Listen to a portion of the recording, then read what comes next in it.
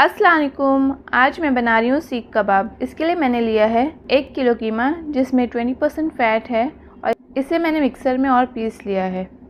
अब इसमें डालेंगे 2 चम्मच लहसुन का पेस्ट, 1 चम्मच अदरक का पेस्ट,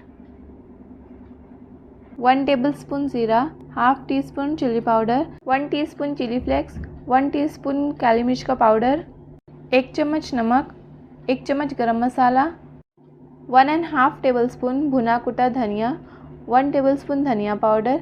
ये सारे पाउडर मसाले हम इसमें डाल देंगे। 2 बारीक कटी हुई प्याज, 1 कप पुदीना, 1 कप कोतमीर और 6-7 बारीक कटी हुई हरी मिर्चें। ये सारे इसमें ऐड कर देंगे।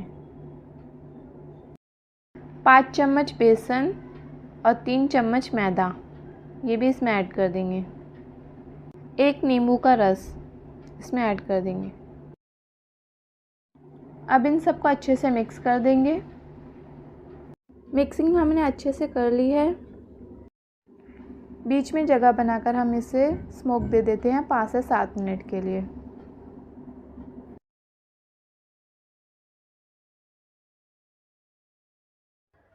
सात मिनट हो गए हैं। अब हम इसमें शेप दे देते हैं सीख को।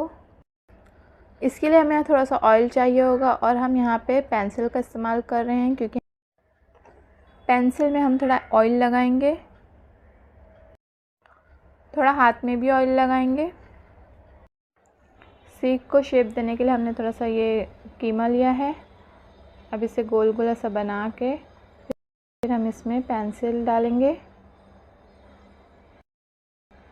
और फिर धीरे धीरे से नीचे की तरफ हल्के हाथों से हम इसे नीचे की तरफ लेकर आएंगे। अगर आपके पास सीख की स्टिक नहीं है तो आप चॉपस्टिक या पेंसिल के इस्तेमाल से भी आसानी से बना सकते हैं सीख। ये तैयार हो गया है हमारा एक सीख। अब हम इसे निकाल लेते हैं।